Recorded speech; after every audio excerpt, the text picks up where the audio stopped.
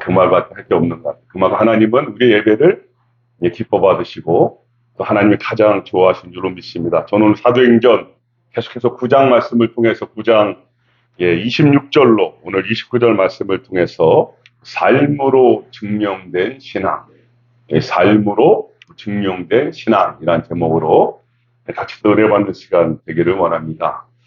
2015년경인가요? 끔찍한 소식을 제가 선교지에 있을 때 들었었는데 그게 어떤 내용이었냐면 12년 동안 그 시리아에 있는 알레포 지역에서 사역하시던 선교사님 그리고 그 선교사님과 그의 아들 그리고 그의 동료 2명이 그 당시 IS 이슬람 무장 세력에 붙잡혔다는 소식이었습니다. 그리고 심지어는 심한 고문을 당하다가 십자가 형틀에 매달려 이단자로 그렇게 순교를 당했다는 그런 소식이었거든요. 얼마나 충격적인지 몰랐습니다. 그런데 그 IS 이슬람 무장 세력들이 그 어느 정도까지 핍박하면서 개종을 요구했냐면 그 선교사님의 아들을 그 아들의 손가락을 부모님이 보는 앞에서 자른 그러면서 뭐 하라고요? 개종하라고. 그런데 놀랍게도 그런 정말 극악의 고통스러운 상황에서 한 사람도 개종하지 않고 끝까지 믿음을 지키며 순교를 했다라는 것이죠. 그런 생각이 들었어요. 선교사님들은 그렇다 쳐도 어떻게 그의 자녀도 그 극심한 두려움과 고통, 그죠? 그 핍박 속에서 그 믿음을 지킬 수 있었을까? 그런 생각을 묵상 안 할 수가 없었거든요. 그러면서 떠오른 것은 그 자녀들이 그렇게 당당하게 그 고통의 순간에 믿음을 지키며 순교할 수 있었던 것은 다른 게 아니겠다.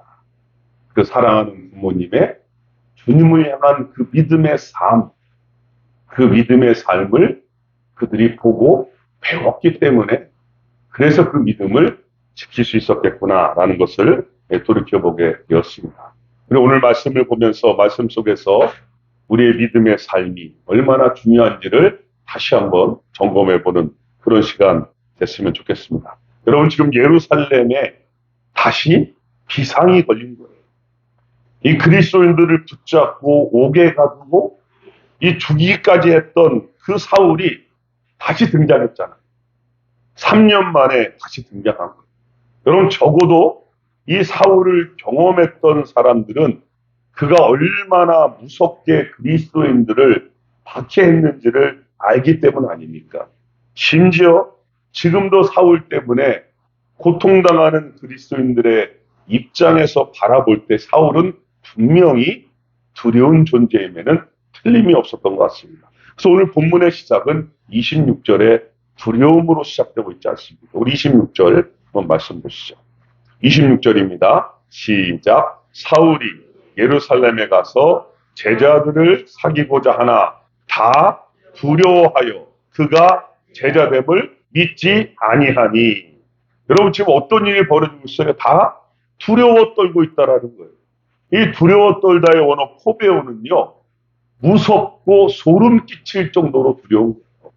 적당한 두려움이 아니라 무서워서 소름이 끼칠 정도의 두려움을 지금 누가 느끼고 있어요?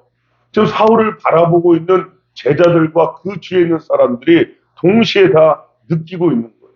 그럼 그 말은 그 정도로 이 사울이 얼마나 악명 높은 그 당시에 박해자였다라는 것을 우리에게 보여주고 있는 거죠. 그가 마지막으로 예루살렘을 떠날 때에도 그는 위협과 살기가 등등할 정도로 그런 두려운 모습이었잖아요. 그랬던 그가 3년 만에 돌아왔어요. 그리고 나서 오늘 본문에 보니까 제자들을 사귀려고 했다라고 나와요. 나도 이제는 여러분과 같은 편이다.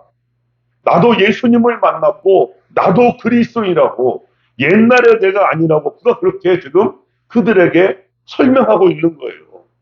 여러분 그런데 오늘 예루살렘에 있는 제자들의 반응을 보세요. 그렇게 사울은 열심히 전하고 있는데 그들은 뭐 했다고요?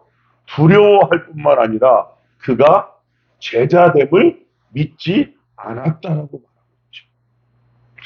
여러분, 오늘 이것은 우리에게 중요한 메시지를 던져주고 있는 거 아닐까요? 여러분, 한 사람의 가치는 그 사람의 말에 있는 것이 아니라 그 사람의 삶으로 증명된다는 것을 우리에게 보여주고 있는 거 아니겠어요? 우리가 잘 아는 이솝과의 어떤 얘기가 있습니까? 양치기 소년이 있잖아요. 그 양치기 소년이 평소에 얼마나 많이 거짓말로 어른들을 놀렸어요. 그러다 보니까 정작 진짜 위험한 순간이 왔을 때 아무도 그를 믿어주지를 않는 거죠. 그런데 그렇게 만든 사람은 다른 사람이 아니라 그 소년의 삶이 그렇게 증명하고 있는 거 아니겠습니까? 그동안 살아왔던 삶, 그동안 그가 행동했던 사실들이 사실은 그 사람의 인생의 성적표와 같다라고 우리가 볼 수 있는 것이겠죠. 여러분, 그런 의미에서 오늘 사울은 자신이 아무리 변호하고 내가 예수님을 만났고 나도 그리스도인이고 나도 예수님을 누구보다 사랑한다고 변호해도 그들에게 사울은 두려움의 대상이요 믿지 못할 대상이었던 것이죠. 그들의 생각에는 이 사울이 언제 돌변해서 다시 자신들을 옥에 잡아놓거나 죽일지 모른다는 그러한 두려움이 그들 마음속에 있었던 거 아니겠습니까? 그래서 오늘 본문에 보니까 한두 사람만이 아니라 모두가 다 두려워했다. 그가 제자됨을 믿지 못했다라고 말하고 있습니다. 여러분, 그런데 사울이 그 누구도 탓할 수 없는 이유는 뭘까요? 그렇게 만든 사람이 바로 자기 자신의 삶이었잖아요. 자신의 삶의 결과였기 때문에 모두가 다 그렇게 생각하는 것은 당연한 거 아니겠습니까? 여러분, 우리는 이 땅에 사는 동안 사람들로부터 싫든 좋든, 그죠? 평가를 받으며 살 수밖에 없어요. 근데 구체적으로 더 나아가 본다면 우리는 하나님으로부터 우리의 인생에 대한 진정한 평가를 받을 날이 오죠. 그 평가의 기준은 우리의 말이 아니라 우리의 삶이라는 것이죠. 그럼 이 땅에서의 평가는 어느 정도 조작도 가능하잖아요. 또 쇼맨십도 가능하죠. 또 이중인격도 가능해요. 적당히 이 땅에서는 속일 수 있잖아요.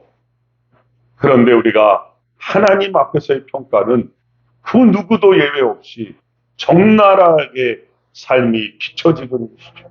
우리가 무슨 생각을 하며 살아왔는지, 무엇을 위해 살았는지, 우리가 추구하며 살았던 것들이 무엇이었는지를 너무나 정확하게 낱낱이 우리 앞에 보여주실 것입니다. 그리고 그 삶에 대한 책임과 결과를 우리는 질 수밖에 없는 거 아니겠어요? 여러분, 특별히 우리는 그리스도인이죠. 그리스도인들이 들어야 하는 소리는 다른 게 아니에요. 야, 저 사람 목사야. 야, 저분 돈 많이 버는 사람이야. 아, 저분 사장이래. 여러분, 그런 것들이 아니잖아요. 우리가 들어야 할 진정한 소리는 뭐죠? 그건, 아, 저분은 바로 그리스도인이야. 예수 믿는 사람이야. 아, 저분은 기도하는 분이야. 아, 저분은 기쁨이 넘치는 사람이야. 여러분, 그런 본질적인 것들을 들으시기를 바랍니다. 우리의 삶을 통해서 예수님과 함께 사는 모습들이 저절로 드러나야 된다는 거죠. 굳이 말이 필요가 없는 거예요. 여러분, 그래서 사도 요한은 요한일서 3장 18절에서 우리가 너무나 잘 알고 있는 귀한 말씀을 전하고 있잖아요.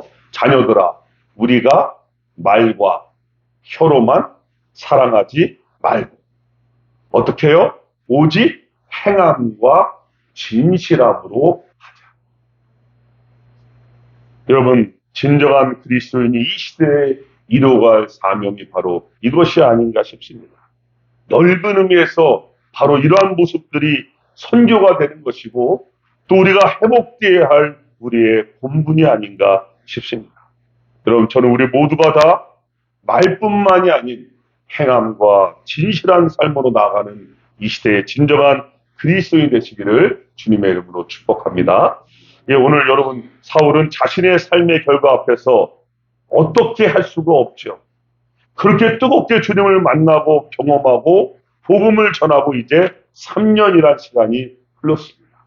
그런데 예루살렘에서는 자신에 대한 평가가 3년 전의 그 모습 그대로 머물러 있는 거예요.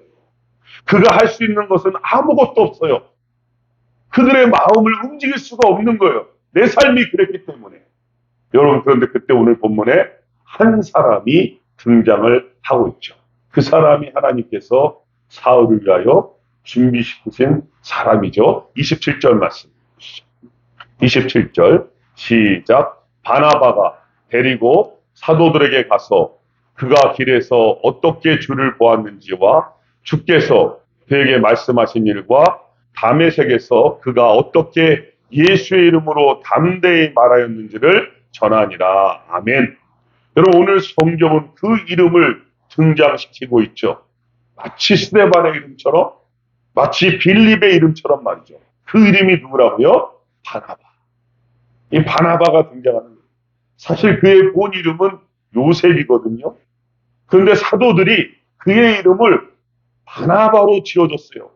여러분, 왜 그럴까요? 이 바나바란 뜻은 위로의 아들이라는 뜻이거든요. 그러니까 초대교회의 바나바가 얼마나 많은 사람들을 위로하고 격려하며 살았으면 그의 이름을 아예 바나바란 이름이 되어져 버린 거 아니겠어요? 사도행전 4장에 보면 이 바나바는 자신의 소유를 팔아서 제자들의 발 앞에 드리죠. 여러분, 그렇게 초대교회에 구석구석 가난하고 힘들고 어려운 사람들을 살피며 위로하며 섬겼기 때문에 그의 이름이 뭐가 됐어요? 바나바라고 이렇게 성경은 기록하고 있는 것이죠.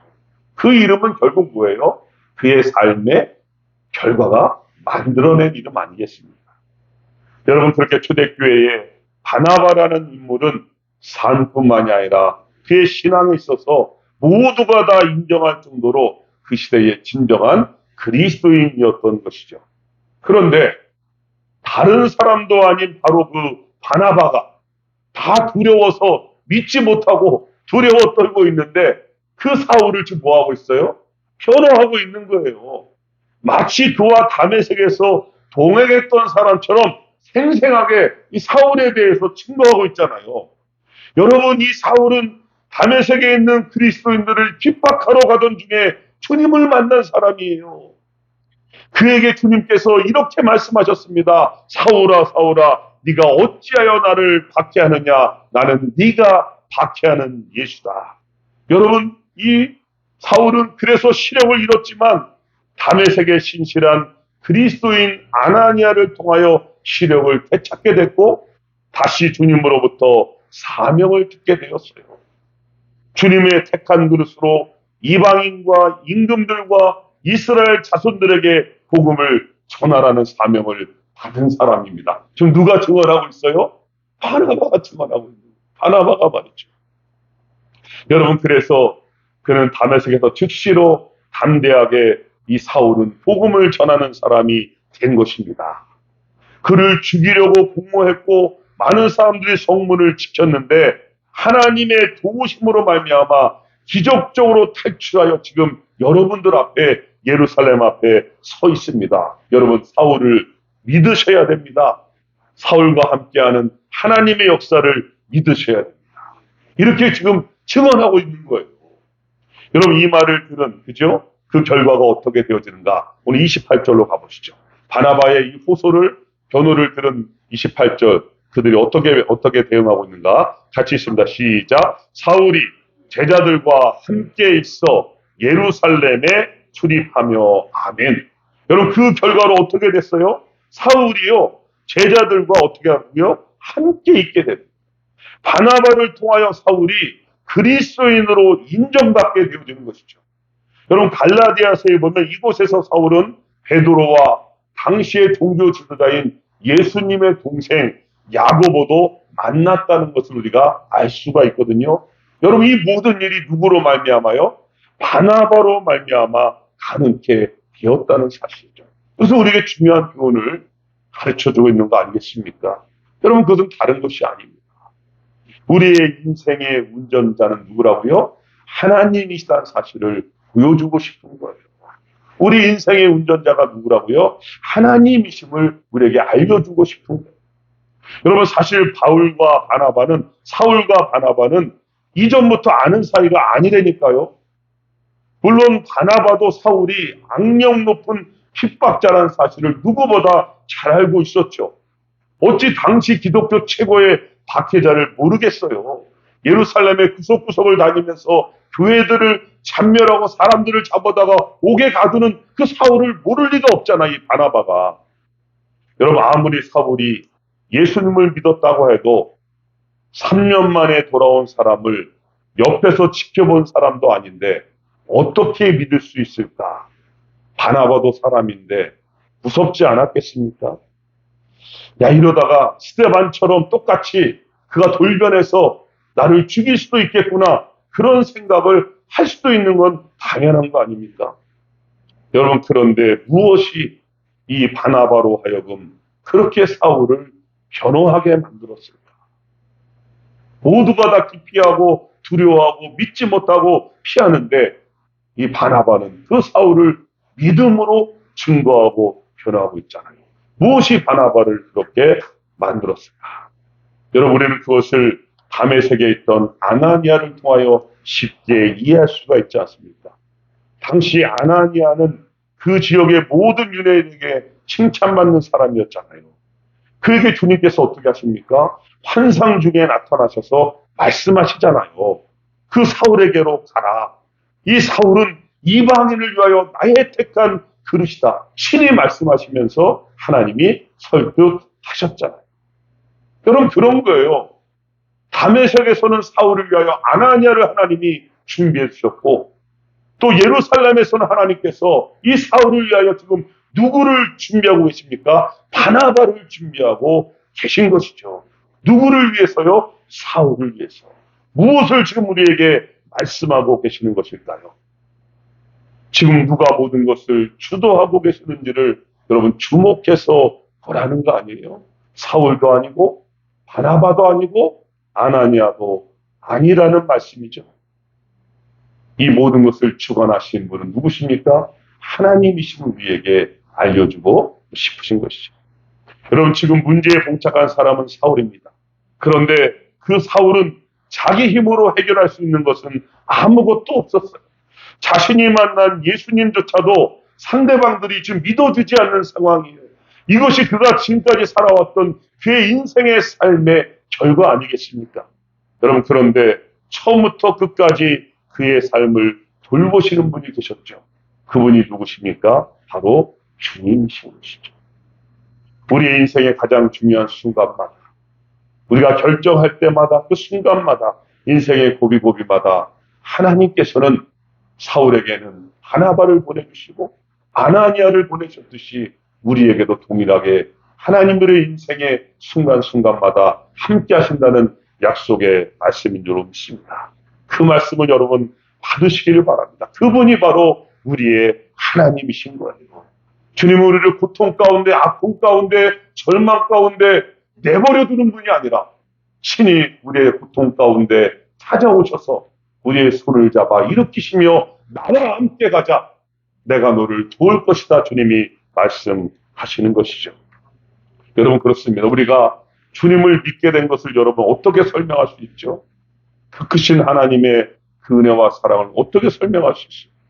하늘을 두루마리 삼고 바다를 먹물 삼아도 다 기록할 수 없는 하나님의 사랑이 아니면 어떻게 오늘 우리가 이 자리에서 주님을 예배할 수 있겠습니까? 그러면 제가 가장 좋아하는 말씀 구절 중에 로마서 8장 32절 말씀이 있습니다. 여러분, 이 말씀을 먹으시기를 바랍니다. 이 말씀의 고백이 오늘 하나님이 우리를 향한 자신의 마음을 들려주고 계신 거예요. 이런 내용 아닙니까? 자기의 아들을 아끼지 아니하시고 우리 모든 사람을 위하여 내어주신 이가 어찌 그 아들과 함께 모든 것을 우리에게 주시지 아니하겠는가? 이게 하나님의 마음인 거예요. 이미 모든 걸 주셨는데, 가장 귀한 걸 주셨는데 그분이 우리에게 뭘 주는 게 아깝겠어요.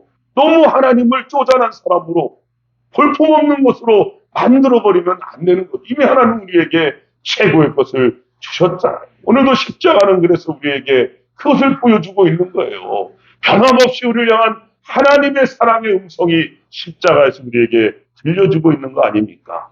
여러분, 우리의 인생의 삶의 운전자가 되신 분은 바로 하나님이신 줄로 믿습니다.